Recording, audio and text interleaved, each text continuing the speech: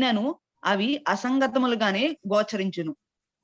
అనగా వానిని వివరింప యత్నించుటకు బదులు ఉన్నవి ఉన్నట్లుగా అవ్వానిని గాంచుట పరమోత్తమము. హరే కృష్ణ. శ్రీ శ్రీ రాధా గోవింద్ కీ జై. హరే కృష్ణ ప్రభుజీ. హరే కృష్ణ.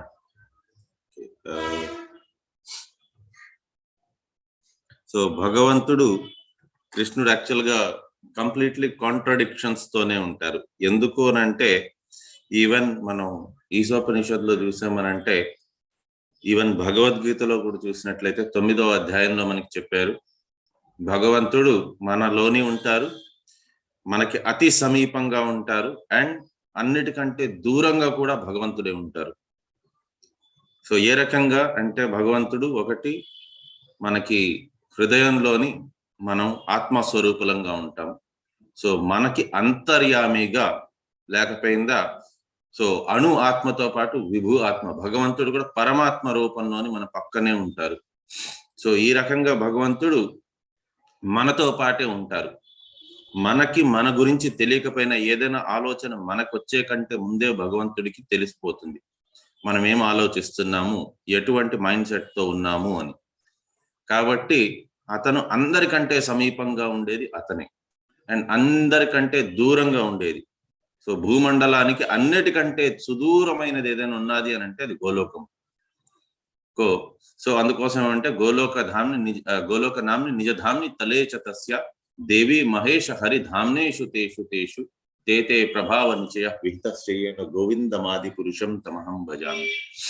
సో ఇది మన మర్త్యలోకం దాటిన తర్వాత, అంటే బ్రహ్మలోకము దాకా అంతా మర్త్యలోకమే. సో మనకి కంటే కూడా భూలోకం కంటే కిందన మనకి ఇది ఉన్నాయి, పాతాళ లోకాలు అవన్నీ కూడా, రసాతల, తలాతల, సో అవన్నీ కూడా లోకాలు ఉన్నాయి. సో అవన్నీ నరక లోకాలే. కానీ మనకంటే పైన ఉండేటిది ఏది అని అంటే, ఒక్కొక్క డిఫరెంట్ వాళ్ళు చేసుకునే పాపాల బట్టి ఓన్లీ వారికి నరకం అని అంటే ఏదో ఒకటే కాదు. నరకము అని అనేది ఏంటి అని అంటే ద్వారం. సో అక్కడ నుంచి ఒక్కొక్క లోకానికి కిందకి పట్టుకెళ్తారనమాట. బట్ అదే రకంగా వారు ఏదైనా సరే కూడా మంచి కర్మలు చేసుకున్నారు అని అంటే వారికి ఆబ్వియస్లీ సత్వగుణం, రజోగుణం అంటే మనకి మధ్యలో ఉంటాం, మధ్యలోనంటే భూమండలంలోనే మళ్ళీ జన్మ తీసుకుంటాం. అదే వికర్మలు చేశారు అని అంటే వారు అధోగతికి చెందుతారు. కాబట్టి కిందన భూమండలం కంటే కూడా కింద నుండే తలాతల, రసాతల, సో అతల, వితల, కుతల, సో ఆ రకంగా అన్ని లోకాలకి వెళ్తారు. వాళ్ళు అక్కడ అనుభవిస్తారు కష్టాలన్నిటినీ కూడా. మళ్ళీ వాళ్ళు భూమండలం మీదకి వస్తారు. సో అదే వారు కానీ కర్మలు ఏదైనా సరే కూడా చేసుకున్నారు, కర్మలు అని అంటే వారు ఏదైనా సరే కూడా వారికి అంటే ఏదైనా లాభం కోరుకొని, సో కామ్య కర్మలు ఏదైనా చేసుకున్నారు అంటే వారు మళ్ళీ రజోగుణంలో ఉన్నట్టుగా మళ్ళీ భూమండలం మీదనే వారు జన్మం తీసుకుంటారు. సో ఇదంతా కూడా ఆధ్యాత్మిక జ్ఞానం అంటారు. చాలా మందికి తెలియకుండా ఆధ్యాత్మిక జ్ఞానం అంటే స్పిరిచువల్ నాలెడ్జ్ అంటే ఏంటి అని అంటే భగవంతుడి గురించి లేక ఇతర ఏ దేవీ దేవతల గురించైనా జ్ఞానాన్ని పెంచుకోవడం అనేది ఆధ్యాత్మిక జ్ఞానం అనుకుంటారు. కానీ ఆధ్యాత్మిక జ్ఞానం అంటే అది కాదు. ఏ కర్మలు చేస్తే ఏ జన్మ వస్తుంది మనకనేది తెలుసుకునేది, అది ఆధ్యాత్మిక జ్ఞానం. సో అదే వారు ఏదైనా మంచి కర్మలు చేస్తున్నారు అని అంటే వారికి దానికి తగినట్టుగా వాళ్ళకి రివార్డ్ అనేది ఉండాలి. కాబట్టి వారు భూహు భువః సువః మహః జనః తపర్లోకం సత్యలోకం అంటే బ్రహ్మలోకము దాకా కూడా వెళ్ళే అవకాశం ఉన్నది. అక్కడ ఏంటి అని అంటే హ్యాపీనెస్ అనేది మల్టీఫోల్డ్ అవుతూ ఉంటుంది, మల్టిప్లై అయిపోతూ ఉంటుంది. భూమండలం లాగా కాదు, అక్కడ లైఫ్ ఎక్స్పెక్టెన్సీ అవంతా కూడా చాలా ఎక్కువ ఉంటుంది. ఆ రకంగా ఎంజాయ్ కూడా చేసుకోవచ్చు. కానీ బ్రహ్మలోకం దాకా వెళ్ళినా సరే కూడా ఒకసారి వాళ్ళది వారి పుణ్యం ఏదైతే వారు తెచ్చుకున్నారో ఆ పుణ్యం ఒకసారి అయిపోయిందంటే మళ్ళీ మర్త్యలోకానికి రావాలి. సో ఈ రకంగా ప్రతి లోకము మనకేంటి అని అంటే మన భూమండలానికి కొంత దూరం ఉంటుంది. కానీ అన్నిటికంటే సుదూరమైనది ఏది అని అంటే మనకి గోలోకం. సో గోలోకం అనేది అన్నిటికంటే సుదూరమైనది. కాబట్టి మనకి భగవద్గీతలో చెప్పున్నారు, సో మనతో పాటు ఉంటారు, మనకంటే చాలా దూరంగా ఉంటారు అని భగవంతుడు. సో ఇక్కడ ఆ contradiction. And at the same time మనకి ఈశోపనిషత్తులో చెప్పున్నారు, భగవంతుడు ఒకే దగ్గర ఉంటారు and at the same time చాలా స్విఫ్ట్ గా చాలా స్పీడ్ గా వెళ్తారు అని. కాబట్టి ఇవన్నీ కూడా కాంట్రడిక్షన్స్. కాబట్టి దీన్ని భగవంతుడిది అచింత్య భేద అభేద తత్వం అని అంటారు. సో ఇది భగవంతుడు ఏది చేసినా సరే కూడా భగవంతుడే సహజంగానే అతను చాలా అంటే కాంట్రడిక్షన్స్ ఎవరికి కూడా అర్థం కారు. సో సగుణ నిర్గుణం రెండూ కూడా ఉంటాయి భగవంతుడికి. So the whole discussion between Krishna and Uddhava was meant to for the benefit of Maitreya who was sitting near by. So actual గా మైత్రేయ ఋషి ఉద్ధవుల వారు. సో కృష్ణుడు భగవద్గీత అనేది కేవలం ఒకటి మాత్రమే కాదు, భూగీత, భ్రవర గీత, ఉద్ధవ గీత ఆ రకంగా చెప్పుకున్నారు. సో ఉద్ధవునికి మైత్రేయునికి చెప్పినది అదేంటి అని అంటే వేణుగీత ఒకటి, గోపి గీత ఒకటి. కానీ అవంతా ఏంటంటే చాలా ఎగ్జాల్టెడ్, అంటే అది మనకి మానవ సహజుల వారికి అది అంత ఈజీగా అర్థం కాదు. కలియుగ వాసులకి ఈజీగా అర్థమయ్యే రకంగా ఏంటి అని అంటే కలియుగ వాసుల మెంటాలిటీ కోసమని భగవద్గీత. కానీ అడ్వాన్స్డ్ డివోటీస్ కోసమని ఎవరైతే భగవంతుడినే వారి జీవిత ధ్యేయంగా పెట్టుకుంటారో, జీవిత లక్ష్యంగా పెట్టుకుంటారో, భగవంతుడిని సంతృప్తి పరిచేది మాత్రమే. సో భగవంతుడిని సంతృప్తి పరిచేదాన్ని తప్పించి వారికి ఇతరది ఇంకేది కర్తవ్యం లేదు అని అనుకునేవారు వారికి ఏంటి అని అంటే భగవద్గీత ఆల్రెడీ వాళ్ళకి తెలిసి ఉంటుంది. కాబట్టి వారికి ఏంటంటే మిగతా గీతలు like Gopi Gita or Uddhava Gita or Srimad Bhagavatam. అందుకోసమనే మనకి న్యూఫైడ్ డివోటీస్ కి ఎవరైతే కొత్తగా వస్తారో డివోషన్ లోకి వారందరికీ చెప్పేది భగవద్గీత ఫస్ట్ చదవమంటారు. సో భగవద్గీతని గ్రాడ్యుయేషన్ అంటే పోస్ట్ గ్రాడ్యుయేషన్ దేని అంటారంటే శ్రీమద్ భాగవతం. ఎందుకంటారు? సింపుల్ రీజన్, భగవద్గీతలోని ఆఖరి చరమ శ్లోకం ఏమున్నదని అంటే నాకు శరణాగతి పొందు అని చెప్తున్నారు కృష్ణుడు. శ్రీమద్ భాగవతంలో మొదటి శ్లోకం దాని నుంచే స్టార్ట్ అవుతుంది. ఆ దేవాది దేవుడైన శ్రీకృష్ణుడి చరణానికి మనం సంపూర్ణంగా శరణాగతి పొందుతున్నాము. సో ఫైనల్లీ ఇది శ్రీమద్ భాగవతం ఎండింగ్ లాస్ట్ శ్లోకం ఏంటి అని అంటే నామ సంకీర్తన అనేది మనం అందరం కలిసి చెయ్యాలి అనేది, అది భాగవతంది కంక్లూజన్. సో అది చరమ శ్లోకం శ్రీమద్ భాగవతం, నామ సంకీర్తన అనేది చెయ్యాలి అని. చైతన్య చరితామృత అనేది మనకి పిహెచ్డి. సో పిహెచ్డి అనేది చదవాలి అని అంటే మనకి గ్రాడ్యుయేషన్ ఉండాలి, పోస్ట్ గ్రాడ్యుయేషన్ ఉండాలి. సో అందుకోసమే చైతన్య చరితామృతం మొదటి శ్లోకం ఏంటంటే ఆ నామ సంకీర్తన అనేది చెయ్యడం, అది జీవితానికి మొదటి పరమ లక్ష్యం అదే అని చెప్పని దాంతో స్టార్ట్ అవుతుంది. కాబట్టి చైతన్య చరితామృతం పిహెచ్డి. సో మనకి నియోఫైడ్ డివోటీస్ అందరికీ కూడా ఈ మూడుట్లో నుంచి వెళ్తూ దాన్ని మనం ఇంకా తెలుసుకునేదానికి శ్రీమద్ భాగవతంలోనే మిగతాదన్నీ కూడా వచ్చేస్తుంది. కాబట్టి మనకి ఉద్ధవ గీత అనేది కూడా అది ఎగ్జాల్టెడ్ డివోటీస్ కోసం అని, గొప్ప గొప్ప భక్తుల కోసం అనేది. The Lord used to call Uddhava for consultation when the city was attacked by Jarasandha and others, when he executed great sacrifices as a part of his routine royal work as Lord of Dwaraka. So actually గా ఉద్ధవుల వారు అతను ఒక గొప్ప భక్తుడు. అతను ఈ రకంగా వీటన్నిటిలోని కూడా ఒక కన్సల్టేషన్ చేయించి అతనికి అతను అంత గొప్పవారని అనుకోరు. కానీ కృష్ణుడు ఏంటి అని అంటే అతనికి ఉద్ధవుల వారి పట్ల ఉండే ప్రేమ కొద్దీ అతను పిలిపిస్తూ ఉంటారు. The Lord has no past, present and future because he is unhampered by the influence of eternal time, and thus nothing is hidden from him. He is eternally self-intelligent. Therefore his calling of Uddhava to give him enlightenment is certainly astonishing. So ఉద్ధవుల వారికి ఇది నిజంగానే చాలా ఆశ్చర్యకరంగా అనిపిస్తుంది. ఎందుకంటే భగవంతుడు సర్వజ్ఞుడు, కృష్ణుడు సర్వజ్ఞుడు, త్రికాల జ్ఞాని. ఎక్కడ ఏం జరుగుతుంది, దాన్ని ఏం చెయ్యాలి అని అతనికి తెలుసు. సో అది ఇన్ఫాక్ట్ ఇది ఈవిడ కూడా కుంతీదేవి కూడా చెప్పారు, మాయా జవనికా చిన్నం అజ్ఞమదోక్షజం అవ్యయం నలక్షసే మూఢదృశ నటో నాట్యధరో యథ. సో కృష్ణుడు ఏంటి అని అంటే ఒక దీంట్లోని స్టేజ్ ఆర్టిస్ట్ ఏ రకంగా అయితే రంగు వేసుకున్నప్పుడు వారిని ఎవరు పోర్చలేరు అనమాట, ఆ రకంగా అందరికీ కనిపిస్తారు. కానీ అతనికి అన్నీ తెలుసు. సో అతను దేవాది దేవుడు, అవసరం వచ్చినప్పుడే కరెక్ట్గా అక్కడ ప్రత్యక్షం అయిపోతారు. భక్తులకు అందరికీ కూడా అదే రకంగానే భక్తులు ఎవరిని అడిగినా సరే కూడా భగవంతుడే నన్ను ప్రొటెక్ట్ చేశారు అన్నట్టుగా అంటారు. సో ఎప్పుడు ఎక్కడ ఎవరు పిలిచినా సరే కూడా భక్తితోని సో అక్కడ భగవంతుడు ప్రత్యక్షమై వారికి సహాయం చేస్తూ ఉంటారు. ద్రౌపదీదేవి పిలిచారు, వెంటనే ప్రత్యక్షమయ్యారు. అలాగే ఇతను గజేంద్రుడు పిలిచారు, వెంటనే ప్రత్యక్షమయ్యారు. కుచేలుడు వచ్చారు, వెంటనే ప్రత్యక్షమయ్యారు అక్కడ. సో ఈ రకంగా కుంతీదేవి అడిగినప్పుడు వెంటనే ప్రత్యక్షమయ్యారు. సో అడవిలోని ఎప్పుడైతే వనవాసం చేస్తూనో దుర్వాసముని వచ్చారు, ఆహారం పెట్టమని అన్నారు తన భక్త బృందంతో పాటు, అప్పుడు కూడా వెంటనే కృష్ణుడు ప్రత్యక్షమయ్యారు. సో ఈ రకంగా ఎప్పుడైతే భక్తిపూర్వకంగా తలుచుకుంటారో భగవంతుడు అక్కడ ప్రత్యక్షం అయిపోతారు.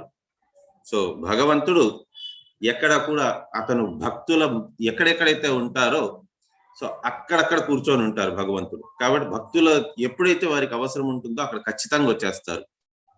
సో అలాంటి ఆ భగవంతుడు ఇతన్ని పిలిపించుకొని ఇతన్ని అడగడం అనేది ఉద్ధవుల వారికి కూడా నిజంగానే చాలా అస్టానిషింగ్. ఎందుకంటే త్రికాల జ్ఞాని, భగవంతుడికి అంతా తెలుసు, సాక్షాత్ కాలం అతను.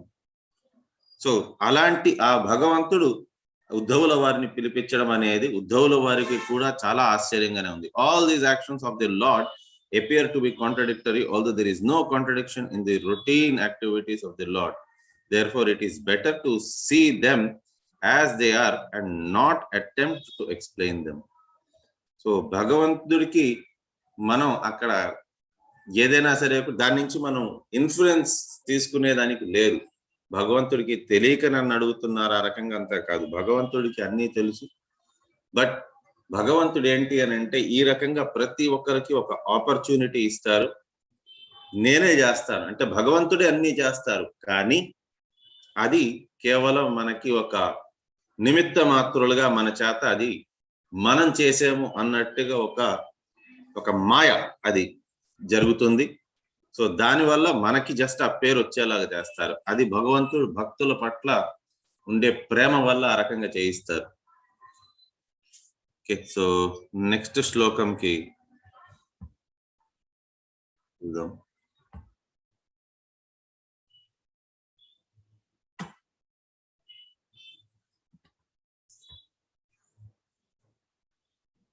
హరే కృష్ణ.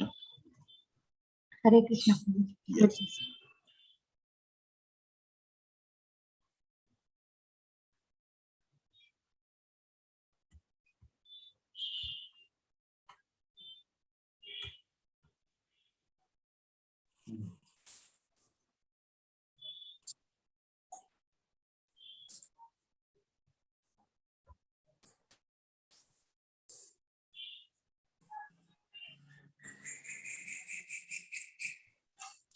జ్ఞానం పరం స్వాత్మరః ప్రకాశం.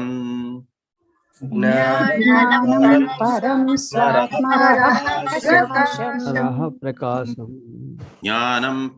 స్వాత్మరః ప్రకాశం. జ్ఞానం పరం స్వాత్మరః ప్రకాశం. జ్ఞానం పరం స్వాత్మరః ప్రకాశం. జ్ఞానం పరం స్వాత్మరః ప్రకాశం.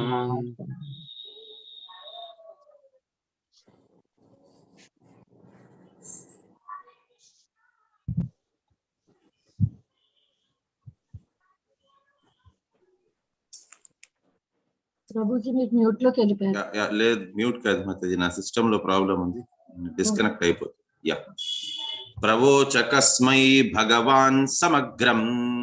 ప్రవోచకస్మై భగవాన్ సమగ్రం.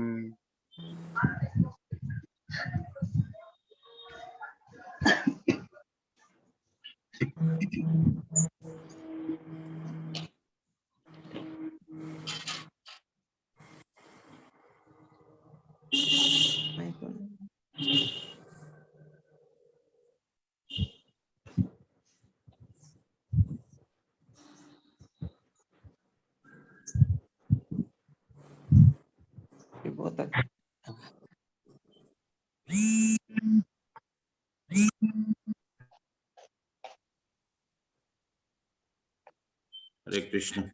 హరే కృష్ణ. నాది మాటిమాటికి డిస్కనెక్ట్ అయిపోతుంది. ఓకే,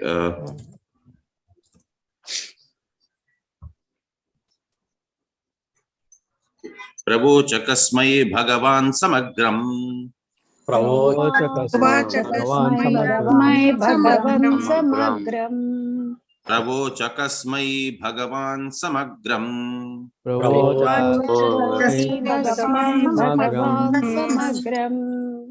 ప్రవోచకస్మై భగవాన్ సమగ్రం.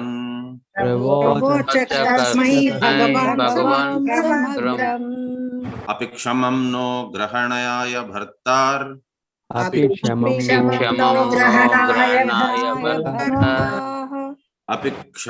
నో గ్రహణాయ భర్తార్.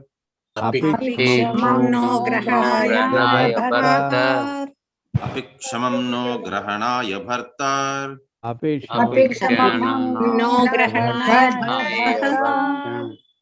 వదాంజసయద్ వృజినం తరేమా.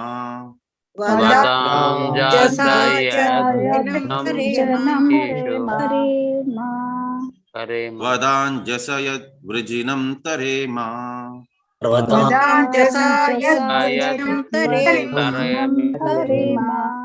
వదాంజసాయద్ వర్జినం తరేమా.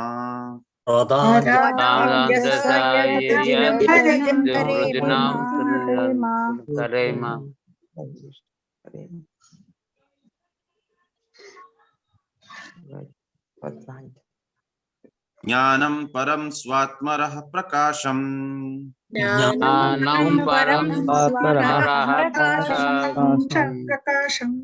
ప్రోవాచకస్మై భగవాన్ సమగ్రం.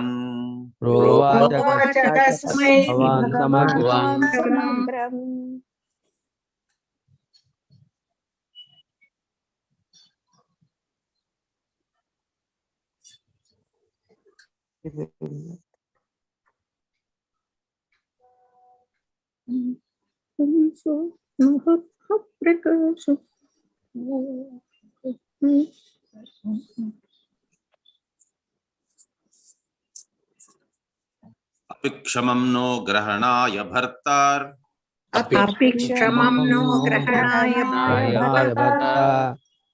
వదాంజసాయద్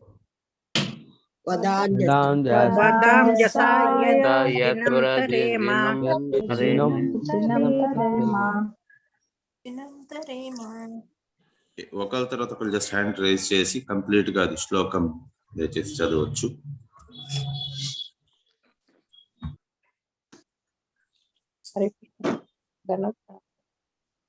के दुर्गा माता जी, चामुंडेश्वरी माता जी.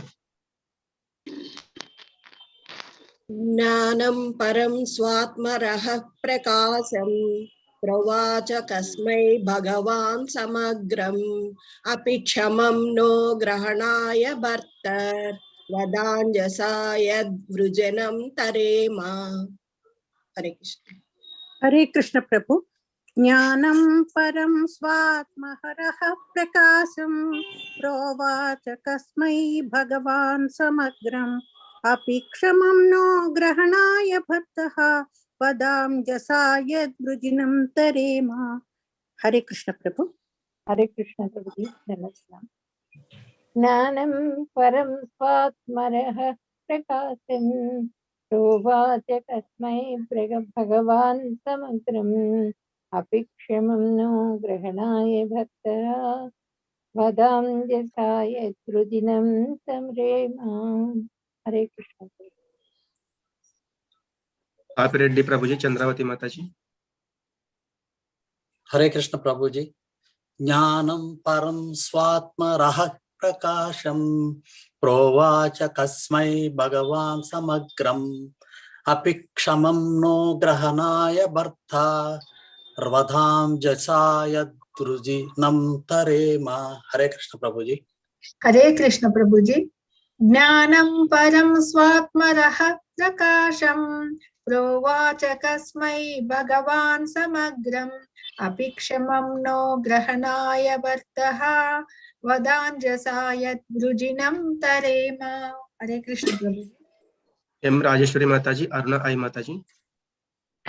ज्ञानं परं स्वात्मरः प्रकाशं प्रोवाच तस्मै भगवान् समग्रम् अपि क्षमं नो ग्रहणाय भर्तर्वदाञ्जसाय द्रुजिनं तरेम।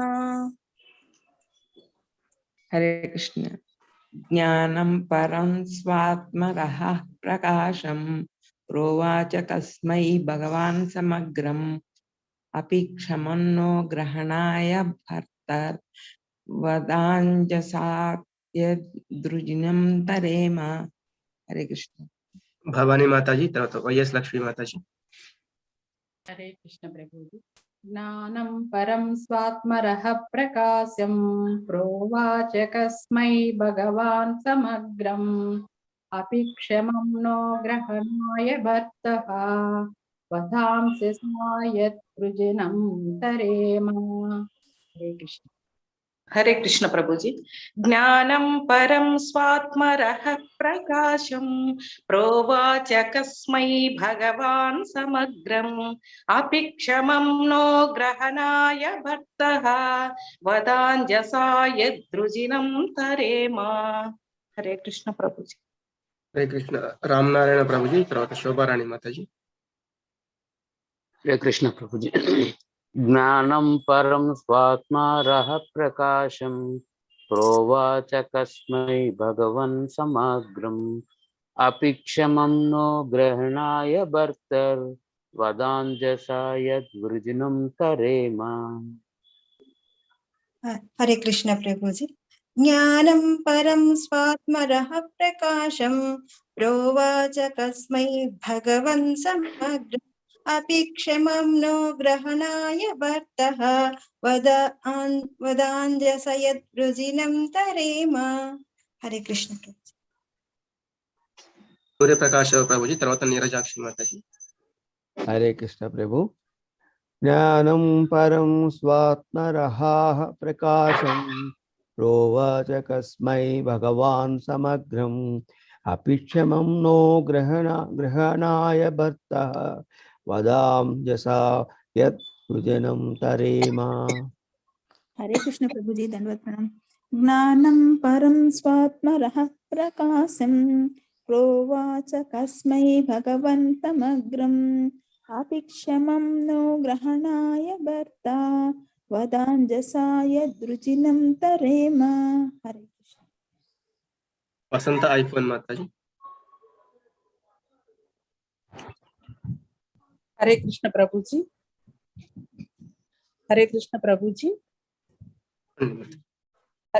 ज्ञानं परं स्वात्मरः प्रकाशं प्रोवाच कस्मै भगवान् समग्रम् अपि क्षमं नो ग्रहणाय भर्तर्वदाञ्जसा यद्वृजिनं तरेम। हरे कृष्ण प्रभु जी। हरे कृष्ण हरे कृष्ण प्रभु जी। हरे कृष्ण प्रभु जी। हरे कृष्ण प्रभु जी।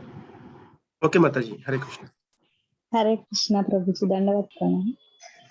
ज्ञानं परं स्वात्मरः प्रकाशं प्रोवाच कस्मै भगवान् समग्रम् अपि क्षमं नो ग्रहणाय भर्तः वदाञ्जसा यद्वृजिनं तरेम।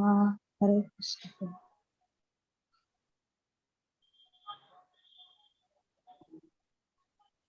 హరే కృష్ణ. మీనింగ్స్ ఎవరైనా చెప్తారు మాతాజీ? చెప్పించమంటారా ప్రభుజీ? హరే కృష్ణ. చెప్పించండి. సుచరిత మాతాజీ చెప్పించండి. హరే కృష్ణ ప్రభుజీ.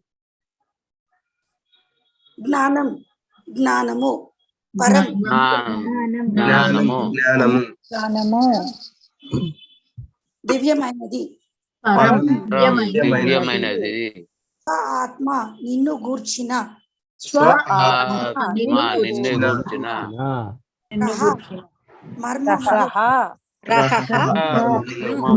మర్మమును ప్రకాశం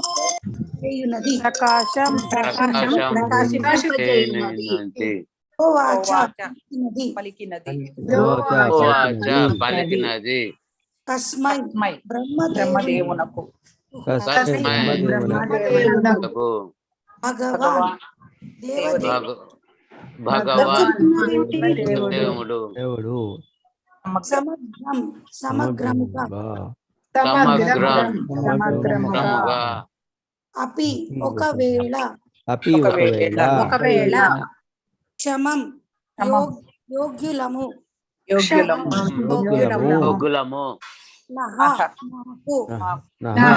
మాకు గ్రహణాయ అంగీకారము స్వామి వద పలుకుము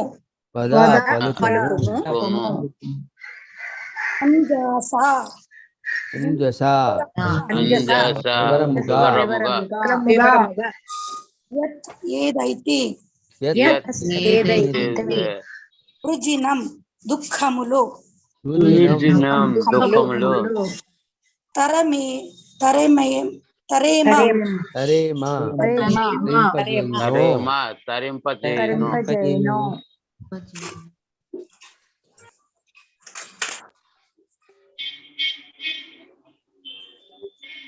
చదవమంటారా మరి ప్రభుజీ? సారాంశం చదివేయండి.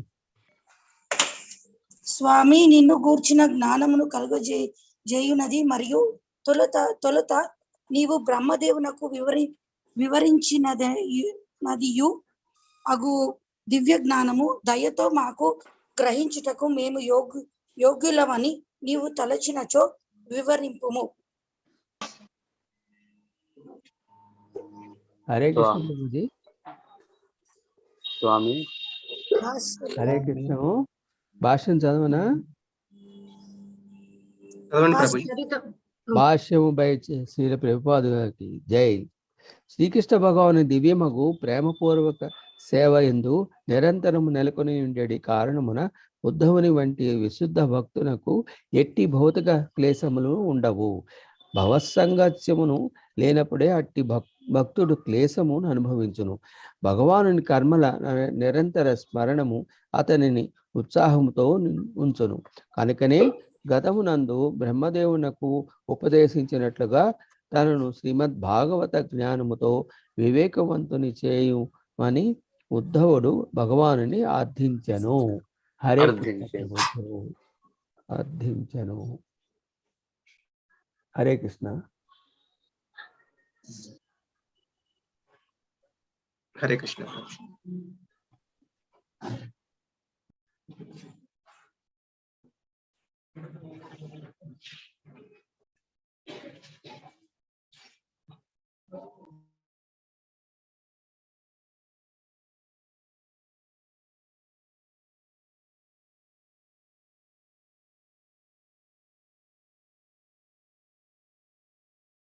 ఇవేనట్టున్నారు కదా?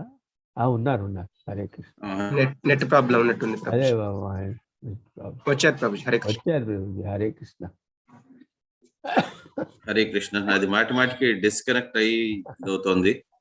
మీరు కంటిన్యూ చేయండి, ఎవరైనా చదవండి. అది అయిపోయింది. భాష్యం చదివేసి మీరు చెప్పాలి ఎక్స్ప్లెనేషన్.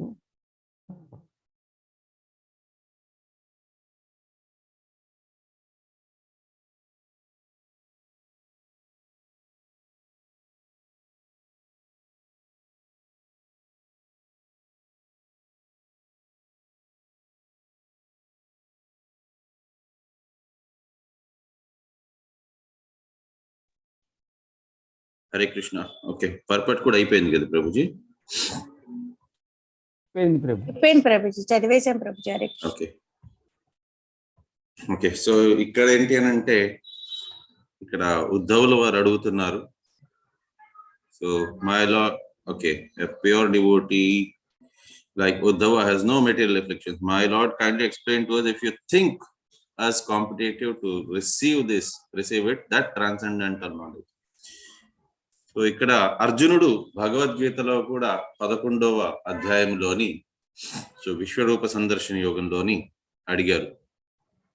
సో కృష్ణ, మీకు ఒకవేళ నేను దానికి అర్హుడిని అని అనిపిస్తే నాకు దయచేసి ఆ విశ్వరూపాన్ని చూపించండి అని. అంతేగాని అధికారికంగా ఎవరు అడగలేదు, నువ్వు నాకు అది చూపించాల్సిందే అన్నట్టుగా. కాకపోతే ఇవాళ కాలంలోని మనకి ఏంటి అని అంటే భక్తులందరూ కూడా నాకు ఇది కావాలి, ఇంకే ఏదో హోటల్లోని వెయిటర్ ఆర్డర్ పెట్టినట్టుగా ఆ రకంగా పెట్టేస్తారు, నాకు ఇది కావాలి అన్నట్టుగా. కానీ ఆల్రెడీ మనం భగవద్గీతలోని శ్రీమద్ భాగవతంలోని కూడా మనం చూసాము. మనం భగవంతుడికి ఏదైనా సరే కూడా భక్తి దీంట్లోని ఏదైనా మనం అడగచ్చు భక్తి రూపంలోని. సో మెటీరియలిస్టిక్, భౌతికంగా ఏదైనా అడగాలి అని అంటే అది యాక్చువల్గా భగవంతుడిని అడగాల్సిన అవసరం లేదు. ఇంతకు ముందు శ్లోకం బట్టి మనకు తెలిసిపోతుంది, భగవంతుడు మన లోపలే ఉన్నారు, మనకంటే ముందు భగవంతుడికి తెలిసిపోతుంది. కాబట్టి భౌతికమైనటివేవి భగవంతుడిని అడగవలసిన అవసరం లేదు. మనకి అడిగితేనే మనకు వస్తుందని కాదు, భగవంతుడిని అడిగినా అడగకపోయినా భగవంతుడికి తెలుస్తుంది. తెలిసినప్పుడు ఏదైతే ఇంపార్టెంట్ అవసరం అన్నట్టుగా ఉన్నదో దాన్ని భగవంతుడు మనకి ఖచ్చితంగా ఇస్తారు, అప్రూవింగ్ అథారిటీ అతను. కానీ దాన్ని మనకి సమకూర్చేది ఎవరు అని అంటే భౌతికమైన ప్రకృతి. కానీ ఆధ్యాత్మికమైనా సరే కూడా భగవంతుణ్ణి మనం అడిగితే, అడిగేది కూడా ఎలా అడగాలి అని అంటే ఇక్కడ ఉద్ధవుల వారు ఎలా అడుగుతున్నారు అండ్ అక్కడ అర్జునుడు ఎలా అడిగారు, ఆ రకంగా సబ్మిసివ్ గా మనం అడగాలి భగవంతుణ్ణి. సో ఆ రకంగా అడిగితే, నేను ఒకవేళ అర్హుణ్ణి అన్నట్టుగా అడిగితేనే అప్పుడే అది శాంక్షన్ అయ్యేదానికి అవకాశం ఉంటుంది. అంతేగాని నాకు ఇది చూపించండి, నాకు ఇది కావాలి అని అంటే కూడా కాదు. సో ఆ రకంగా ఉద్ధవుల వారు అడుగుతున్నారు. సో బ్రహ్మకి ఏదైతే కృష్ణుడు బోధించారో, యాక్చువల్గా బోధించింది కూడా కృష్ణుడు ఇతనికి బ్రహ్మకి ఎంటైర్ భాగవతం మొత్తం అంతా కూడా బోధించలేదు, దాన్ని కూడా చతుశ్లోకి 4 శ్లోకాల్లో మాత్రమే బోధించేశారు. సో 4 శ్లోకాల్లోని బ్రహ్మకి 4 శ్లోకాల్లో మాత్రమే సంపూర్ణంగా ఈ శ్రీమద్ భాగవతాన్ని చెప్పేస్తున్నారు. సో ఈ రకంగా బ్రహ్మకి 4 దీంట్లోనంతా చెప్పేశారనమాట. సో దీన్నే ఇక్కడ ఇది ఉద్ధవుల వారు అడుగుతున్నారు, బ్రహ్మకి ఏదైతే చెప్పారో ఆ శ్రీమద్ భాగవతం మాకు కూడా దయచేసి చెప్పగలరా అని. వీళ్ళకి ఏంటి అని అంటే భగవంతుడి గురించి తెలుసుకునే దాంట్లోని ఆల్రెడీ మనకి భగవద్గీతలో కూడా చెప్పున్నారు. ఏంటి అని అంటే భగవంతుడి గురించి తెలుసుకునే దాంట్లోని భక్తులు పరస్పరంగా దాన్ని చెప్పుకొని చాలా ఆనందాన్ని ప్రాప్తి పొందుతారు అని. ఎవరికైనా గుర్తున్నది ఆ శ్లోకము? అది కూడా చతుశ్లోకి భగవద్గీతలోది.